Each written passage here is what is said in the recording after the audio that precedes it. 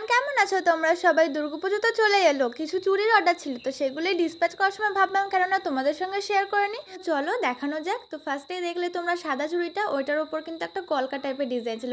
Next এই yellow চুড়িটার ওপর একটু পাতা টাইপের আর একটু ফুল টাইপের ডিজাইন ছিল। তারপরে ছিল এই হোয়াইটটা আর এই ব্ল্যাকটা, একদম সিম্পলের মধ্যে কিন্তু খুবই সুন্দর দেখতে। আর নেক্সট তোমাদের দেখাবো একটা দারুণ কালেকশনের চুড়ি। আর এইটা কিন্তু আমার কাছে একদমই সেরা লেগেছিলো, বাট এটা আমার হাতের সাইজে নয়, একটু ছোট, তাই তোমাদের পরে দেখাতে পারছি না।